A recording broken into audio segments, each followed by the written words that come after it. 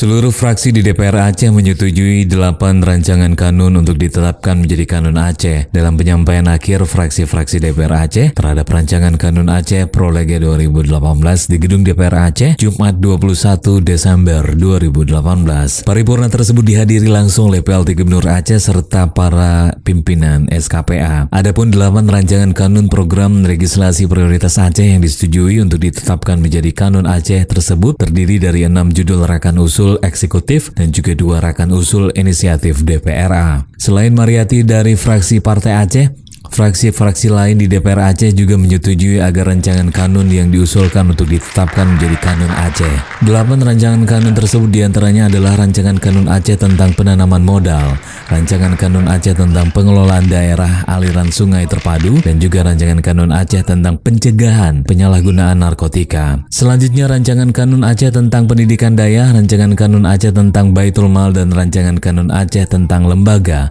keuangan syariah. Terhadap pengesahan 8 kanun ini gimana tanggapan Pak Nova?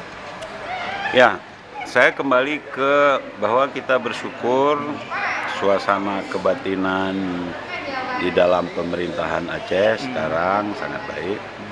Di dalam pemerintahan Aceh itu maksudnya di pemerintah dan di DPRA sangat baik, dan itu juga tercermin dalam suasana pembahasan kanun 8 kan, 2 dari Dewan, 6 dari eksekutif.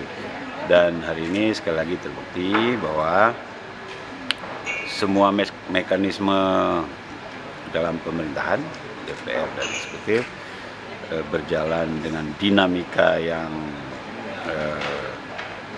tetap ada, tapi dengan suasana kebersamaan yang lebih baik.